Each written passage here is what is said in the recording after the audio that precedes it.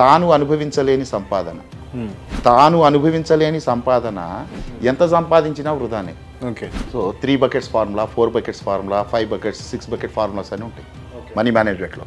First నీ మీద నువ్వు సంపాదించే దాంట్లో ఎంత పర్సంటేజ్ ఫిక్స్డ్గా నీ మీద, నీ డ్రెస్సులకి, నీ అలవాట్లకి, నీ ఉంటాయి కదా, రింగ్స్ పెట్టారు, చైన్ ఉండొచ్చు, నీ మంచి బైక్ ఉండాలని ఉండొచ్చు. ఇప్పుడు నేను చూడండి, ఇల్లు గడుస్తుంది నాది హ్యాపీగా, 0 to హీరో రన్ అవుతుంది.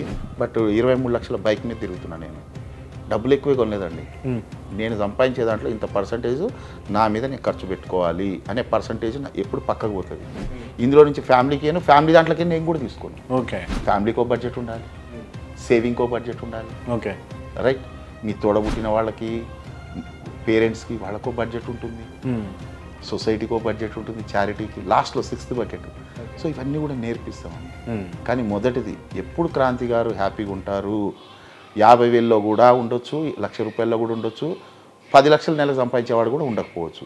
ఓకే. ఎప్పుడంటే నీ మీద నువ్వు ఎంత పర్సంటేజ్ ఫిక్స్డ్గా పెట్టుకుంటున్నావు, అది లేకపోతే కష్టం అండి.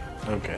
ఎవరైనా సరే ఈ వీడియో చూసిన వాళ్ళు జాబ్ చేయని, బిజినెస్ చేయని, నీ మీద నువ్వు ఖర్చు పెట్టుకోలేనప్పుడు మొత్తం ఫ్యామిలీ అన్నా నువ్వు నాశనం అయిపోతావు, మొత్తం సేవింగ్ అన్నా నాశనం అవుతావు.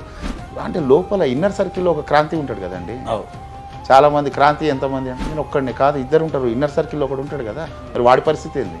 You have to satisfy him. Society గురించే బతుకుతా అంటే కష్టం కదా. ఓకే.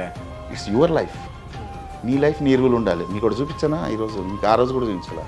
నేను చెప్పేది ఏది కూడా పాటించేది. మై లైఫ్ మై రూల్, నా జీవితం అండి ఇది.